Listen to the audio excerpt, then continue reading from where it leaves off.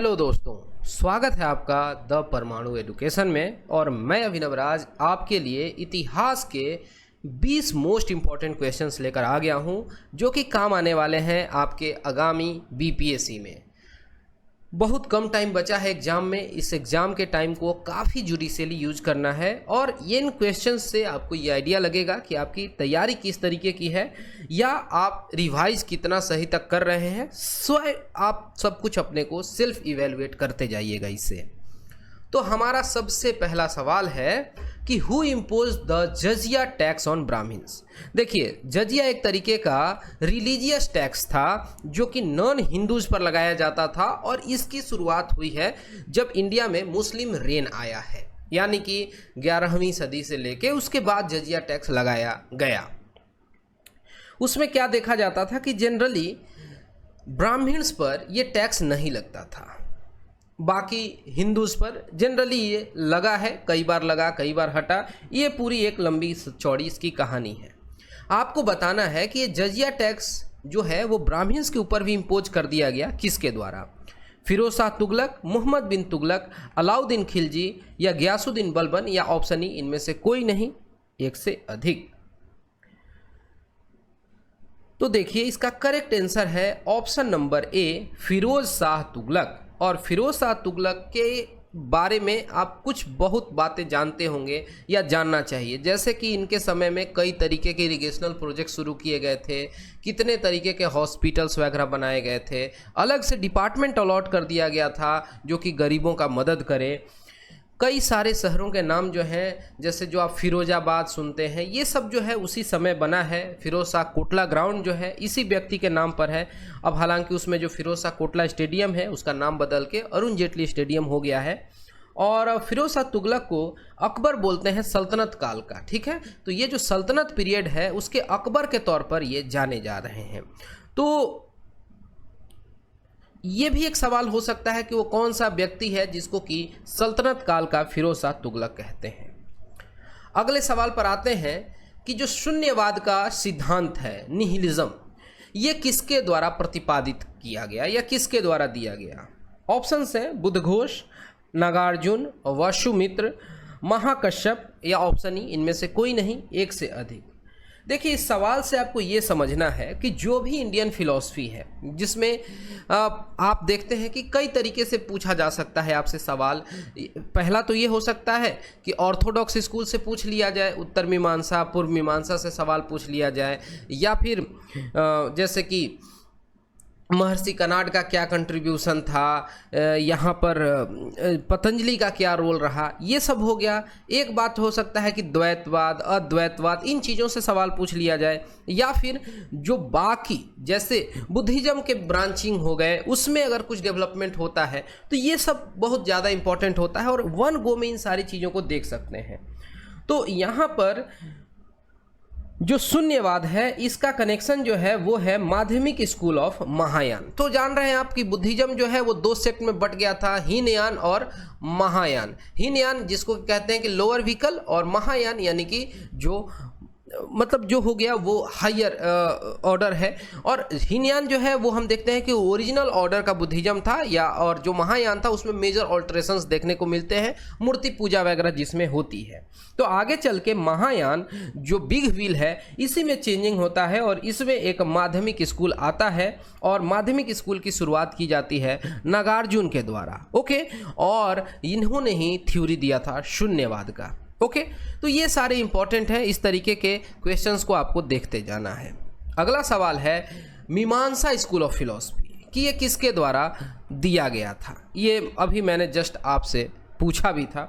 यहाँ पर ऑप्शंस हैं महर्षि गौतम, ये आपको गौतम बुद्ध से कंफ्यूज नहीं होना है, या फिर महर्षि कणाद, या फिर जैमिनी, या फिर पतंजलि। ऑप्शन ई इनमें से कोई नहीं, एक से अधिक। तो देखिए, इस तरीके के जब क्वेश्चंस आएंगे तो आपको समझना है कि ठीक है, यहाँ पर ऑर्थोडॉक्स क्या है। ऑर्थोडॉक्स वो कहते हैं, या जिसको अगर हिंदी में कहें तो आप दो टर्म सुनते हैं, इसको कहते हैं कि ये आस्तिक और नास्तिक। तो इसका आस्तिक और नास्तिक का इस बात से नहीं मतलब है कि किसी को गॉड में बिलीफ है कि नहीं है। आस्तिक का मतलब होता है one who believes in supremacy of Vedas, और नास्तिक जिसको कि वेदा की सुपरमेसी में विश्वास ना हो। तो नास्तिक स्कूल ऑफ थॉट्स इंडिया में हो गए तो मेनली आप कहते हैं बुद्धिज्म, जैनिज्म, या फिर जिस तरीके से एक दो इसमें सब सेक्ट डेवलप होते हैं वो सब कुछ हो जाते हैं। ठीक है, जैसे कि नागार्जुनी केव्स वगैरह में जो आजीविक समुदाय के लोग रह रहे हैं या रह रहे थे।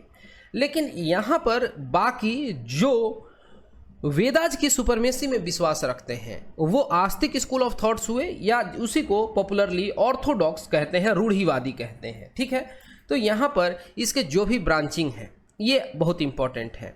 जैसे कि आप जानते हैं कि महर्षि कनाड हैं, इन्होंने ही कंसेप्ट दिया था एटम का इतने पहले, या फिर पतंजलि जिनको योग के लिए जाना जाता है। तो यहाँ पर सारी चीज़ों को ऑर्गेनाइज करके एक बार नोट्स तैयार कर लीजिए। और ये जो मीमांसा स्कूल ऑफ फिलॉसफी है इसकी प्रतिपादन जो है वो जैमिनी साहब के द्वारा की गई है। तो करेक्ट आंसर है ऑप्शन नंबर सी, जैमिनी। अगला जो हमारा सवाल है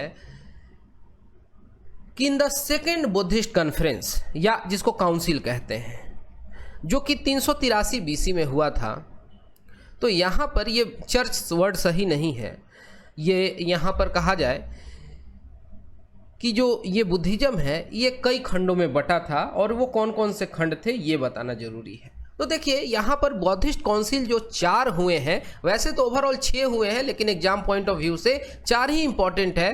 तो पहला कहाँ हुआ, किसके द्वारा कराया गया, और उसमें प्रेसिडेंट कौन था, और उसमें का सबसे बड़ा डेवलपमेंट। दूसरा कब हुआ, किसके द्वारा कराया गया, कहाँ हुआ, और इसमें की डेवलपमेंट क्या। इसी तरीके से तीसरा और चौथा, जैसे पहला जानते हैं कि गौतम बुद्ध के डेथ के जस्ट बाद या महापरिनिर्वाण के जस्ट बाद अजातशत्रु के द्वारा कराया गया था, और उसके 100 साल बाद दूसरा कराया गया था, तो उस समय राजा थे कालाशोक। तो जो बुद्धिस्ट काउंसिल हुई दूसरी, वो सब कामी के प्रेसिडेंटशिप में हुई थी, कालाशोक राजा के रेन में हुई थी, और ये हुई थी वैशाली में। ठीक है, तो यहाँ पर हम देखते हैं कि 2 हिस्सों में बुद्धिज्म जो है वो बंट जाता है। कौन सा, तो अस्थाविरस, और जो दूसरा इसका पार्ट है वो कहलाता है महासंघिका। तो इन 2 ब्रांचेज में यहाँ पर स्प्लिट्स होते हैं, और फिर आगे का जो बाइफर्केशन है। तो करेक्ट आंसर इसका हो जाएगा ऑप्शन नंबर ई, इनमें से एक से अधिक, more than one of them. तो इस तरीके के सवाल भी बीपीएससी पूछती है, तो आप ऑप्शन ई के लिए भी तैयार रहें, ऐसे सवाल मिलते हैं। अगला जो सवाल है कि who is called the liberator of Indian press, यानी भारतीय प्रेस का मुक्तिदाता किसे कहा जाता है। अब इस सवाल का कंटेक्स्ट है कि मॉडर्न इंडिया में जब चीज़ें लिखी जा रही थी, लिटरेचर पर काम किया जा रहा था, या फिर लोगों को जागृत कर रहे थे, तो कई तरीके के यहाँ पर पत्र पत्रिकाएं संचालित की जा रही थी, जिसको रोकने के लिए अंग्रेजों के द्वारा वर्नाकुलर प्रेस एक्ट आया कि आप रीजनल लैंग्वेजेज में छपाई नहीं कर सकते हैं, उसका सर्कुलेशन नहीं कर सकते हैं। बाद में जो देश है हमारा इस परेशानी से हट जाता है, यानी कि जब वर्नाकुलर प्रेस एक्ट हटा दिया जाता है।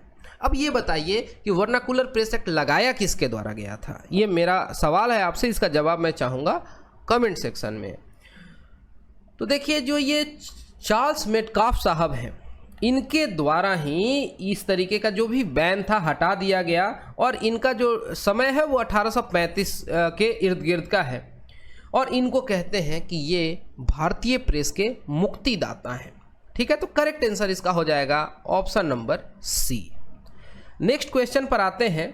इब्न बतूता, ये व्यक्ति जो है भारत आता है तो किसके शासनकाल में आया है, कहाँ का रहने वाला था, कब आया है, अगर उसकी कुछ लिटरेचर है, कुछ उसने लिखा है तो कब लिखा है। ठीक है, तो देखिए इब्न बतूता जो है वो मोरक्को देश से बिलोंग करने वाले व्यक्ति हैं। अगर बात मोरक्को देश की आ रही है तो यहाँ पर जो सहारा डेजर्ट का रीजन है अफ्रीका में, तो सबसे वेस्ट में अगर आप देखें नॉर्दर्न वेस्टर्न हिस्से में, तो एक देश है मोरक्को। मोरक्को की राजधानी जो है रब्बात है, और एक इम्पॉर्टेंट शहर जो है वो है माराकेश। तो इसके नॉर्थ साइड में आपको नज़र आता है मेडिटरेनियन सी, और वेस्ट में आपको यहाँ पर अटलांटिक ओशन नज़र आता है। तो इसी देश से आते हैं इब्न बतूता। ये इंडिया को आते हैं 1333 से लेके 1347 के बीच में। इतना हिंट काफ़ी है कि आप बता दीजिए कि सही जवाब क्या होगा। हाँ, बिल्कुल सही। इसका करेक्ट आंसर है ऑप्शन नंबर बी, मोहम्मद बिन तुगलक, MBT। तो जो भी फॉरेन ट्रैवलर्स इंडिया को विजिट किए हैं, कब किए हैं, या कुछ डेवलपमेंट हुआ है या उन्होंने कुछ लिखा है, जैसे इनके जो यात्रा वृत्तांत है उसमें इब्न बतूता साहब लिखते हैं एक बुक जिसका नाम है रिहाला। तो ये इंपॉर्टेंट है, इस तरीके से चीज़ों को आप देख सकते हैं। बाद में ये भारत के तरफ से गवर्नर बन के चाइना को विजिट करते हैं, इस तरीके के भी कुछ इंस्टेंसेज हैं। अगला जो सवाल है, according to which historian Aryans arrival in India came from the territory of Tibet, यानी कि तिब्बत के क्षेत्र से आर्य लोग जो हैं वो मेनलैंड इंडिया को आए थे, ये ऐसा किसका मानना है? तो देखिए, आर्यंस की ओरिजिन को लेकर या उनके आने को लेकर ये बहुत तरीके का यहाँ विरोधाभास है। कोई साइंटिफिक एविडेंस एज सच कभी मिला नहीं है, यहाँ थ्योरी चेंज होती रहती हैं। तो यहाँ पर कुछ हाइपोथेसिस है। किसी का कहना है कि नॉर्वे, स्वीडन, फिनलैंड के इलाके से आए होंगे, कोई कहता है कि टर्की के इलाके से आए होंगे, कोई कहता है सेंट्रल एशिया से आए होंगे, कोई कहता है कि नहीं तिब्बत के प्रांत से आए होंगे। तो तिब्बत क्षेत्र से आए हैं, इस बात को किसके द्वारा कहा गया था? तो ऐसा कहा गया स्वामी दयानंद सरस्वती जी के द्वारा। इनके बचपन का नाम मूल शंकर है और इनके द्वारा आर्य समाज की स्थापना की गई थी। कब की गई? तो 1875 में। और इनका जो सबसे फेमस कोट है वो क्या है कि वेदों की ओर लौटो, इन्होंने ऐसा कहा था। और फिर आर्य समाज से ही आगे चल के जो पूरा DAV स्कूल है उसकी शुरुआत होती है। जब स्वामी दयानंद सरस्वती से रिलेटेड लिटरेचर की बात की जाए तो यहाँ पर इन्होंने एक बहुत अच्छी रचना की है जिसका नाम है सत्यार्थ प्रकाश। ओके, तो ये सब काम की बातें हैं। आगे हम चलते हैं 8वें सवाल पर कि जो 10 राजन युद्ध हुआ था, यानी कि जो एक वॉर था जो कि 10 राजाओं के बीच लड़ा गया था, जिसका वर्णन हमें ऋग्वेद में मिलता है। तो ऋग्वेद के किस मंडल में उसका चर्चा किया गया है? 10वें मंडल में, 7वें में, 9वें में या 3रे में? ओके, तो इसका जिक्र हमें ऋग्वेद के 7वें मंडल में मिलता है, 7th मंडल में। ठीक है, 10 राजन युद्ध कहते हैं। इसका जिक्र जो है 7th मंडल में है। और ये किस नदी के तट पर लड़ा गया था, ये बहुत इंपॉर्टेंट है। तो रावी नदी के तट पे लड़ा गया था, जिसको कि उस समय यानी कि ऋग्वैदिक टाइम्स में पुरुषनी नदी के रूप में जाना गया है। यहाँ पर ये सब भी आपको रिवाइज कर लेना है कि ठीक है, किस नदी को वैदिक काल में किस नाम से जानते थे, या किस नदी का सबसे ज़्यादा जिक्र है, किस नदी का सबसे कम जिक्र है, ये सब भी ठीक है। तो जो राजा सुदास हैं इंडिया के, वो यूनियन ऑफ किंग्स को हरा देते हैं। और टोटल यहाँ पर 10 मंडल है ऋग्वेद में। जो 10वां मंडल है उसमें चर्चा जो है वो पुरुषुक्त का चर्चा है, जिससे रिलेटेड सवाल 42nd BPSC में आया भी था, 42वीं BPSC में। ओके, अगला सवाल है who established India house in Britain. अब ये BPSC में सवाल कई बार रिपीट हुआ है और इस पर आपको कई तरीके के क्वेश्चंस मिलते हैं, मिलते जुलते इन्हीं व्यक्तियों के ऊपर। ऑप्शंस यहाँ पर है VD सावरकर या फिर दादा भाई नौरोजी, लाला लाजपत राय, दयानंद सरस्वती, या ऑप्शन ही इनमें से कोई नहीं, एक से अधिक। तो देखिए, इंडिया हाउस से कनेक्शन VD सावरकर का जरूर रहा है, जो कि लंदन में लोकेटेड था इंडिया हाउस, लेकिन इसकी शुरुआत या स्थापना इनके द्वारा नहीं की गई थी, वो इंडियन रेवोल्यूशनरी श्यामजी कृष्ण वर्मा जी के द्वारा किया गया था। तो करेक्ट आंसर तो यहाँ ऑप्शन नंबर ई हो जाएगा, इनमें से कोई नहीं। कब किया गया? तो 1905 में। तो यहाँ पर देखिए कि एक जर्नल भी स्टार्ट किया गया था जिसका नाम था इंडियन सोशियोलॉजिस्ट। ये पब्लिश किया जाता था श्यामजी कृष्ण वर्मा के द्वारा। VD सावरकर की बात हो रही है तो VD सावरकर ने अभिनव भारत जो ये सोसाइटी है इसकी शुरुआत की। या फिर उन्होंने एक इम्पॉर्टेंट जो काम किया वो था कि उन्होंने 1857 रिवॉल्ट को फिर से ग्लोरीफाई करने का काम किया और उसको संज्ञा दिया गया उनके द्वारा first war of independence. Question number 10, by whom was the soldiers of Bahadur Shah Zafar led in the revolution of 1857। ठीक है, यानी यहाँ पर सेनापति का नाम पूछा जा रहा है कि मुगलों के सेनापति कौन थे बहादुर शाह जफर के समय में जो कि क्रांति का नेतृत्व कर रहे थे, क्योंकि बहादुर शाह जफर काफी वृद्ध हो चुके थे और वैसे भी सेना को लीड करने का काम राजा का नहीं सेनापति का होता है। तो उनके जनरल का क्या नाम था? तात्या तोपे या फिर वक्त खान या फिर मौलवी अहमदुल्ला या नाना साहब या ऑप्शन ई, इनमें से कोई नहीं, एक से अधिक। तो करेक्ट आंसर है ऑप्शन नंबर बी, वक्त खान। ओके, और ये पूरी जो स्टोरी है कहाँ से शुरुआत होती है 1857 रिवोल्ट की, वहाँ पे जो मेरठ का क्या रोल है। अगर बिहार की बात करें तो अनडिवाइडेड बिहार, इसमें देवघर डिस्ट्रिक्ट, रोहिणी प्रांत, फिर ये कैसे कैसे स्प्रेड होता है, बाबू कुंवर सिंह का क्या रोल है, जगदीशपुर का, पूरा दानापुर कैंटोनमेंट, जो भी जिक्र आता है इसको बहुत अच्छे से कवर कर लीजिएगा। हर बार एक न एक सवाल इससे तो बनता ही है। नेक्स्ट जो क्वेश्चन है, how many women presided over the annual convention of Indian national Congress before independence, यानी कि जो कांग्रेस की ये हर साल अगर हम देखें तो मतलब यहाँ पर सेशंस होते रहे हैं, हर साल ही हुआ है, कभी सूरत में हुआ तो कभी देखते हैं कि ग्रामीण क्षेत्र में हो जा रहा है कहीं पे, उसमें कई तरीके के चेंजेज हुए हैं, बिहार में भी कभी कभी हुआ है। कई तरीके के सवाल हैं, इसलिए मैं बहुत ज़्यादा डेटा आपको नहीं लिख कर रहा हूँ। आपसे मेरा ये सवाल है कि पूरे आज़ादी के पहले का जो भारत है उसमें जो कांग्रेस की सेशंस हुई हैं उसमें कितने सेशंस को प्रिसाइड किया है महिलाओं ने? 1, 2, 3 या 4? तो एक तो यही सवाल जानते हैं कि सबसे पहली महिला प्रेसिडेंट कौन है, तो वहाँ पर आपको मैडम एनी बेसेंट का नाम याद आ जाता है। ये सवाल होता है कि पहली भारतीय महिला जो प्रेसिडेंट बनी तो उसमें नाम आता है सरोजिनी नायडू का। ठीक है, तो क्या यही दोनों हैं या इनके अलावे भी कोई हैं? तो इनके अलावे एक है नलिनी सेनगुप्ता। ठीक है, इनके द्वारा भी प्रिसाइड किया गया है कांग्रेस को। कब किया गया था? तो 1933 में, 1933 में। तो टोटल इस तरीके से 3 महिलाएं हो गई। एक बार पूरा ब्यौरा देख लीजिए। तो कांग्रेस की शुरुआत होती है 1885 में, यहाँ पर एओ ह्यूम का नाम आता है। पहली जो महिला प्रेसिडेंट बनती हैं एनी बेसेंट, 1917 कोलकाता। सरोजिनी नायडू जो है पहली महिला प्रेसिडेंट बनती हैं कानपुर सेशन के लिए 1925 में, और 1933 में नलिनी सेनगुप्ता। अब मेरा आपसे सवाल है कि ये 1933 वाला जो सेशन है वो कहाँ हुआ था, किस जगह पर हुआ था, इसका आप जवाब मुझे दीजिए। नेक्स्ट क्वेश्चन है, who called the non cooperation movement as a Himalayan blunder, कि असहयोग आंदोलन को हिमालयी भूल, यानी बहुत बड़ी गलती हो गई है, मिस्टेक हो गई, ये किसके द्वारा कहा गया या किसके कंटेक्स्ट में कहा गया था? ठीक है,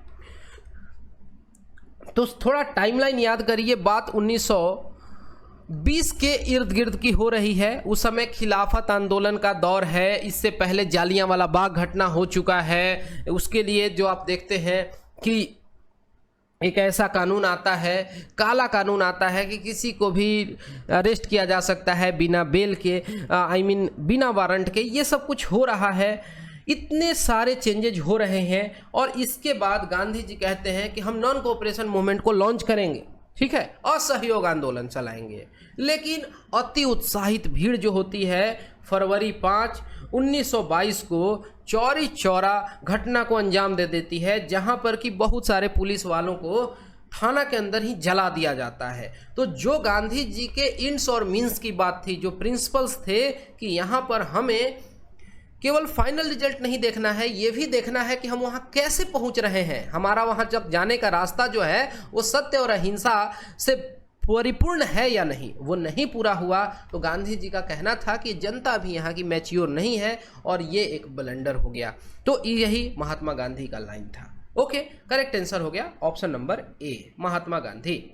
नेक्स्ट सवाल पर चलते हैं, which of following happened first. तो यहाँ पर कुछ घटनाओं का जिक्र है, आपको बताना है कि कौन सी घटना जो है वो कब हुई है। जैसे गांधी इरविन पैक्ट, ये कब हुई? भगत सिंह की फांसी कब हुई है? कराची सेशन कब हुआ कांग्रेस का? और सेकेंड राउंड टेबल कॉन्फ्रेंस। क्योंकि ये सारी घटनाएं हैं एक दूसरे से मिलती जुलती हैं, और इस पर बहुत सारे क्वेश्चंस बनते हैं। जैसे गांधी इरविन पैक्ट जो होता है वो 5 मार्च को होता है 1931 में। इसी तरीके से जो भगत सिंह की फांसी है वो होती है 23 मार्च को 1931 में। कराची सेशन जो है वो कब का है? तो 29 मार्च का है 1931। देखिए कितने करीब करीब के डेट्स हैं। और जो सेकेंड राउंड टेबल कॉन्फ्रेंस है ये 7 सितंबर को शुरू होता है। कब? तो 1931 में। तो अब यहाँ पर आपके लिए बताना आसान होगा, और अगर आपने हिस्ट्री को सही से समझा है तो फिर आपके लिए बिल्कुल आसान है बता देना कि ठीक है, गांधी इरविन पैक्ट होती है, वहाँ पर क्या बातें होती हैं और किस तरीके से आगे डेवलपमेंट्स होता है। गांधी जी चाहते हैं कि भगत सिंह की फांसी रुक जाए, लेकिन बहुत प्रयास के बाद भी ये सब नहीं हो पाता है। सारी जो पूरी क्रोनोलॉजी है उसको आप समझ सकते हैं। अगला जो सवाल है वो है दीवान-ए-आरज। तो मध्यकालीन भारत में ये एक डिपार्टमेंट हुआ करता था। दीवान का मतलब ही डिपार्टमेंट है। तो ये किस चीज का डिपार्टमेंट था? कृषि का, या फिर सेना के लिए, या बाजार नियंत्रण के लिए, या राजस्व के लिए? तो गयासुद्दीन बलबन, उसके समय में ये डिपार्टमेंट आता है दीवान-ए-अर्ज। ये आर्मी का डिपार्टमेंट है और ये मिलिट्री से रिलेटेड है कह ले, और इसका जो हेड होता था उसको अर्ज-ए-ममालिक बोलते थे। बलबन, जिसको कहते हैं कई तरीके से नामों से जानते हैं, man of blood and iron, इस तरीके से भी बोला जाता है। इस तरीके के बीपीएससी में सवाल भी पूछे गए हैं। एक कठोर व्यक्ति के रूप में पहचान है, और किस तरीके से पॉलिटिकल शिफ्ट्स हो रहे हैं इंडिया में उस दौर में, सल्तनत पीरियड में, वो बलबन के समय से आपको समझ आता है। अगला जो सवाल है, which ruler was known as lustful fool in the time of Mughals, यानी लंपट मूर्ख के तौर पर किसे बोला जाता है? ये भी बहुत चला हुआ प्रचलित नाम है। इस पर कई सारे परीक्षाओं में सवाल पूछा गया है। बहादुर शाह प्रथम को, या फर्रुखसियर को, या फिर जहादर शाह को, या फिर मोहम्मद शाह। मोहम्मद शाह को कई बार रंगीला भी कहा जाता है, मोहम्मद शाह रंगीला। लेकिन ये लंपट मूर्ख किसे कहा गया? और जरूर कुछ ऐसी एक्टिविटीज रही होंगी जिसके वजह से लंपट मूर्ख कहा गया। तो ये जहादर शाह को कहा गया, ऑप्शन नंबर सी। तो जो लेटर मुगल्स हैं उसमें बहुत सारे राजा ऐसे हुए जो स्पाइनलेस थे, या उनको जो नोबेल्स थे वही कमांड करते थे। पोस्ट मुगल पीरियड जिसको कहते हैं, तो 1712-13 का दौर था। तो वहाँ पर एक वीक कमीशन रूलर था जिसको कि लंपट मूर्ख के नाम से रूप में जाना गया है, जहादर शाह को। वो पूरा जो लेटर मुगल्स का टाइम है उसको बहुत अच्छे से देख लीजिएगा, उसमें भी कई तरीके के इन्वेशंस वगैरह हुए हैं, तो सवाल बनते हैं।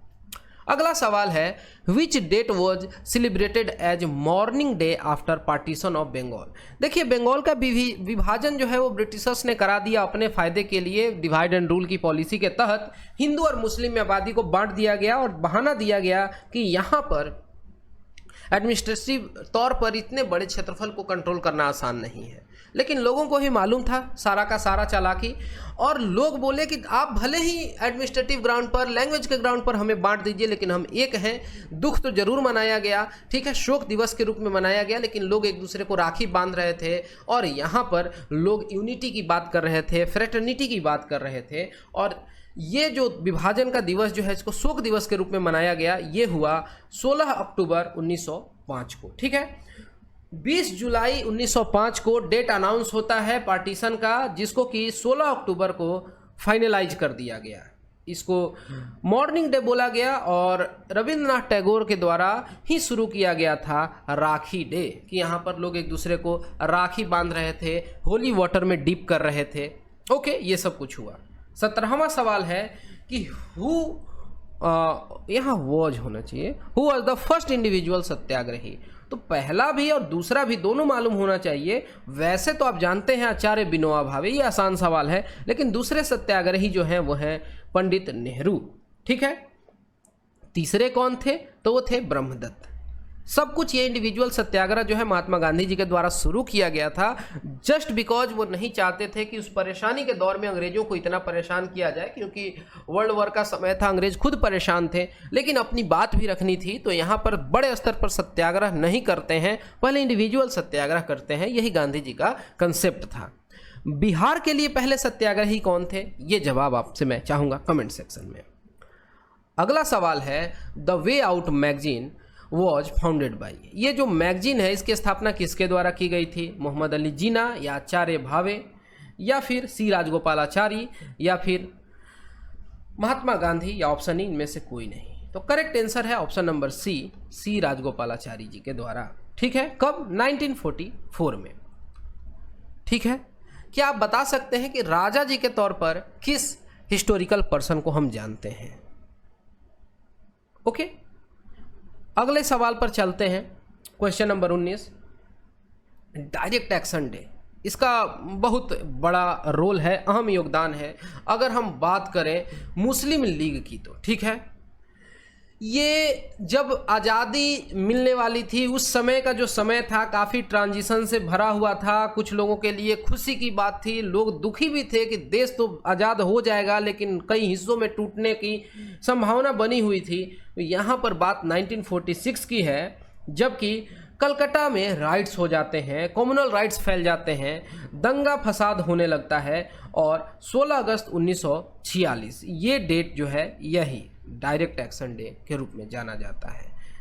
सब बहुत ही अजीब अजीब घटनाओं से भारत गुजरा है। अगला जो सवाल है, आज का आखिरी सवाल है, who was the nawab of Bengal at the time of battle of Buxar? अब ये सवाल का जवाब आप दे सकते हैं, उसके लिए आपको पूरा इतिहास मालूम होना चाहिए कि बंगाल में क्या कुछ हो रहा था अंग्रेजों के आने के पहले, नवाब सिराजुद्दौला का टाइम, ब्लैक होल इंसिडेंट, या फिर जो भी बैटल ऑफ पलासी वगैरह होती है, सब कुछ मीर कासिम, मीर जाफर, शुजाउद्दौला, सिराजुद्दौला के नाना कौन थे, घसीटी बेगम कौन है, सब कुछ आपको मालूम होना चाहिए। मैं बता देता हूँ, ठीक है। तो बैटल ऑफ बक्सर जो है इसमें कई सारे पार्टीज थे, ठीक है। यहाँ पर जब मीर कासिम बैटल ऑफ बक्सर को ज्वाइन करते हैं तो ब्रिटिशर्स को ये बात अच्छी नहीं लगती है और वो क्या कहता है कि मीर कासिम को रिप्लेस कर देते हैं मीर जाफर से। पहले तो मीर जाफर को ही रखा था, बाद में मीर कासिम को ले आए, यानी कि उसके दामाद को, लेकिन फिर लगा कि ये तो ज़्यादा परेशान कर रहा है, तो वापस से मीर जाफर पर ही ये चले जाते हैं। तो यहाँ पर करेक्ट आंसर जो है वो ऑप्शन नंबर बी होगा कि मीर कासिम उस समय लीड कर रहा था, ठीक है। अंग्रेजों के तरफ से कौन था? तो हेक्टर मुनरो इंपॉर्टेंट है। और ये कब हुआ? तो 22-23 अक्टूबर का टाइम है 1764 में, जब ये सब कुछ हो रहा था। मीर कासिम नवाब ऑफ बंगाल रहा 1764 में। उस समय जो बाकी पार्टीज इस स्ट्रगल में थी, तो नवाब थे अवध के जिनका नाम है शुजाउद्दौला, और मुगल इंपेरर जो है शाह आलम II वो भी थे, ठीक है। तो ये बिहार की धरती पर स्ट्रगल हो रहा था, गंगा नदी के तीर पर हो रहा था, पटना से करीब 130 किलोमीटर पश्चिम में। ओके, यहाँ पर अंग्रेजों ने जीत हासिल की थी और यहाँ पर जो ट्रीटी ऑफ इलाहाबाद है वो जो आता है तब जाकर एक नया रुख देखने को मिलता है देश में। तो फिर हम आगे मिलेंगे और चीज़ों को डिस्कस करेंगे। फिलहाल इस वीडियो में इतना ही। Thanks for watching and all the best for your upcoming exams.